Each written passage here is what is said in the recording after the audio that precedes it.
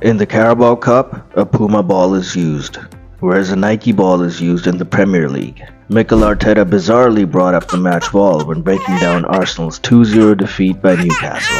I think we kicked a lot of the balls over the bar, and it's tricky that this ball flies a lot, and we discussed that as well. When pressed further on the issue, Arteta added, "You're not the first manager to mention the ball in this competition. I know it's not an excuse, but what is the issue with it?" No, it's just different. It's just different, very different to a Premier League ball, and you have to adapt to that because it flies different. When you touch it, the grip is very different as well. So you adapt to that. When Arteta was Manchester City assistant manager, Pep Guardiola branded the Mitre ball used in the Carabao Cup last 16 tie victory against Wolves in October 2017 as highly unacceptable. It's so complicated. We take out your rhythm in important competitions like the Premier League. The ball is something unbelievable. The ball we are playing in that competition. Like he was so desperate to get. I'm pretty sure the ball was a different ball, like normal ball. He's going to score a goal. I think you're right. With that ball, to score a goal is a miracle. It's almost impossible. The ball is not acceptable to play in that ball with that level. We play in different ball. It's not Nike or Adidas, I don't know. It's a different brand and it's unacceptable to play in that ball. That ball is not serious ball for a professional game. Can you just explain? And I say that because we won, eh? If I don't win, I don't say that. Because after that, it's excuses. Like I won, I can tell. It's not acceptable to play. If not, it's the marketing, for the money, for many reasons, it's okay, but it's unacceptable to play with that.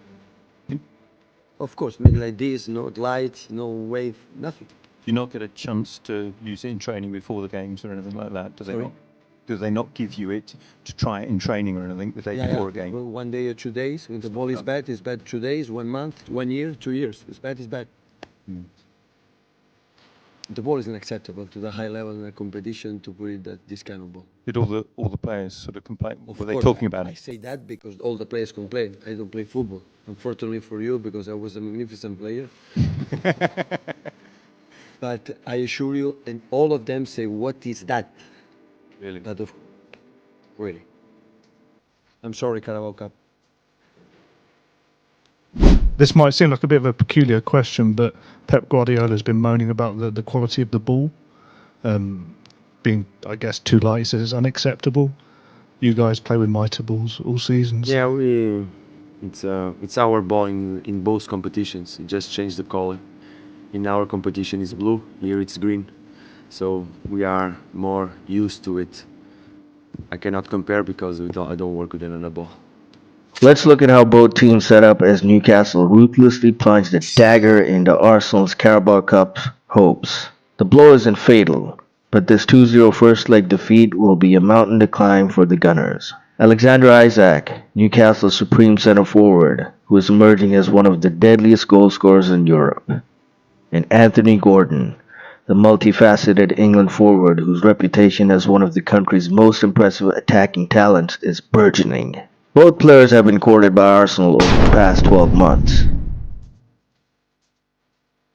So you can see Arsenal's in this 4-3-3, and Declan Rice, he's close to Partey. With Odegaard, he's in the line of Martinelli and Trossard. So what Martinelli is going to look to do is he's going to look to make this run as Declan Rice passes the ball to Partey. And Partey is going to look for the pass, and you see this open gap over here. So because of that open gap and because there's an overload on the right, Newcastle's right, the pass to Trossard is open. So instead of passing to Odegaard, Partey makes that long pass to Trossard, and because Martinelli has made that run already, and Trossard knows that, so he makes that one-touch pass, and that is how Arsenal build transitions.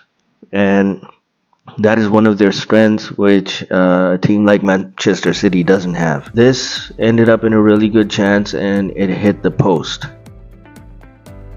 Okay, now for Newcastle's goal, it's a set piece, and although Arsenal is the dangerous team on the set pieces, this time it was Newcastle that caught them by surprise.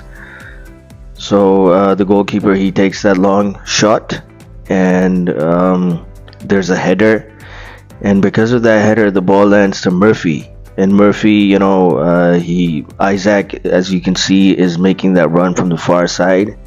And the ball lands in front of him, and it's a really good, well, not really a tap in, but it's a pretty good goal over here.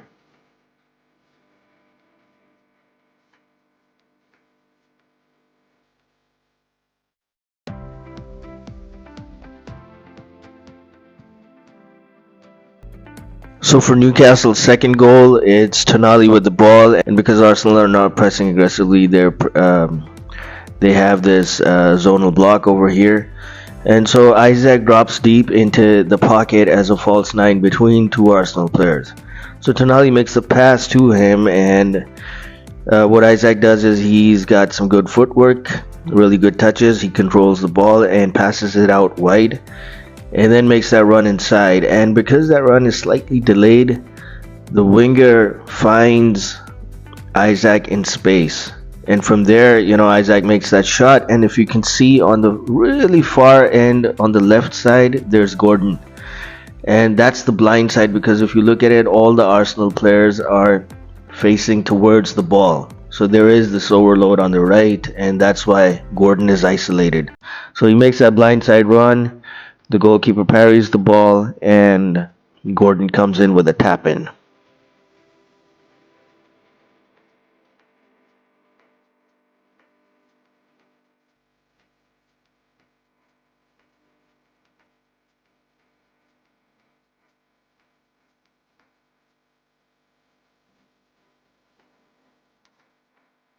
So after Arsenal went down, they went really, really high on possession, and because Newcastle were 2-0 up, they fell into a really low block. They said, okay, we'll suffer this game.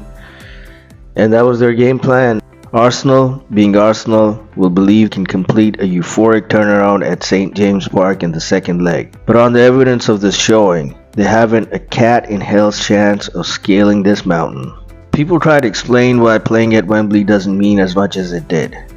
Try telling that to the 29 players that put a shift here. Try telling that to the jam-packed Emirates crowd who were gripped and hyped from the very start. Try telling that to Jurriën Timber, William Saliba, Lewis Hall, and Gabriel Martinelli, who were all agonized after missing opportunities to open the scoring. Winning trophies matter, and playing Wembley is still as magical as it ever was.